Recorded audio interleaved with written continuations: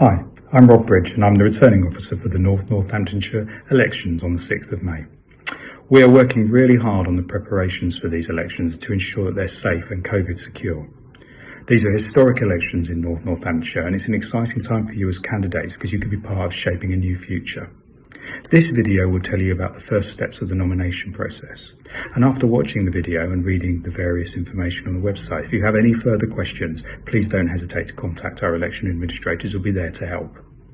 I look forward to speaking to many of you over the coming weeks. And most importantly, thanks for showing interest and I wish you the best of luck. Hi, and welcome to our how-to video explaining how to complete your Unitary Council nomination form. My name is Sam Whiteley and I'm the Deputy Interim Elections Manager for North Northants. Your nominations pack will include several forms. Each one of these will need to be completed in order for your nomination to be valid. There are a few simple things to cover over first.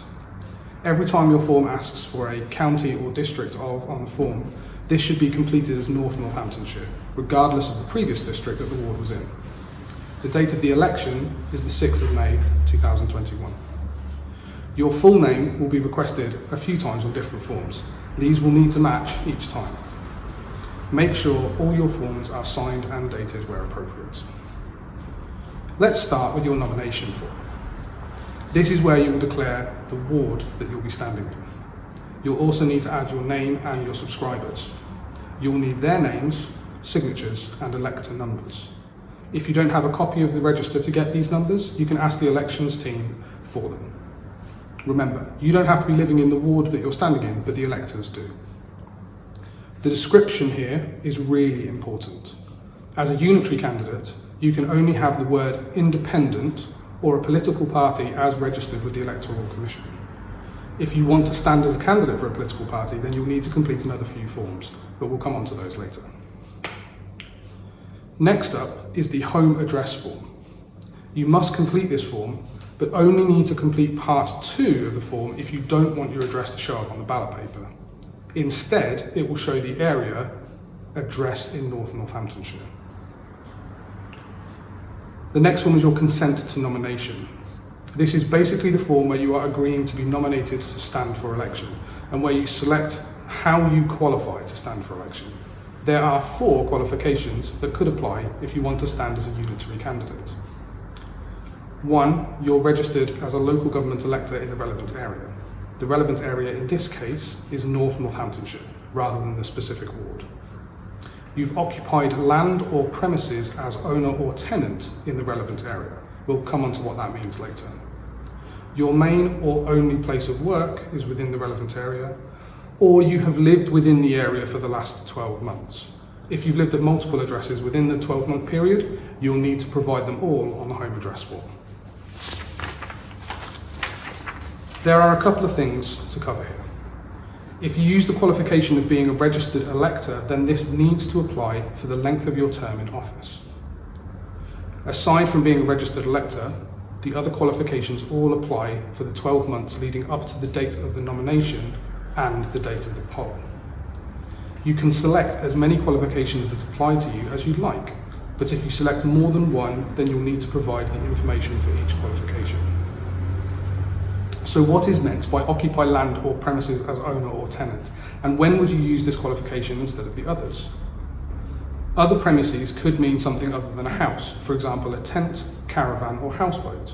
As long as you can establish occupancy of that premises within the relevant area for the last 12 months, this could apply. It's not enough to have simply owned the land or premises. The qualification specifically refers to occupation. In most instances, this won't be the sole qualification that you can use, as others, for example a registered elector or living within the area for 12 months, could be used instead or as well. Your consent to nomination form needs to be witnessed by another person, the same person who witnessed your home address form, and be accompanied by the relevant legislation. Next up, we're going to talk agents and cover over some of the political party stuff at the end. You don't have to appoint an election agent if you don't want to. You can act as your own agent. It's worth pointing out that we have to publish a notice of election agents with officers' addresses on them. If you've chosen to act as your own agent and you've chosen to suppress your address on the home address form, then this office address will still be published. Make sure again that this form is signed and dated, and if you are appointing a different agent, that the agent signs the form as well. Agents will be people who will help to manage your campaign and can act on your behalf in a lot of places. They might even be the person who delivers your nomination form. If you want to stand for a political party, then there's 2 more forms we'll need you to complete before your nomination can be accepted.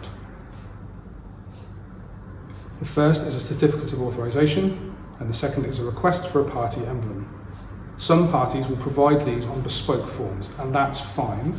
It just needs to hold all of the relevant information.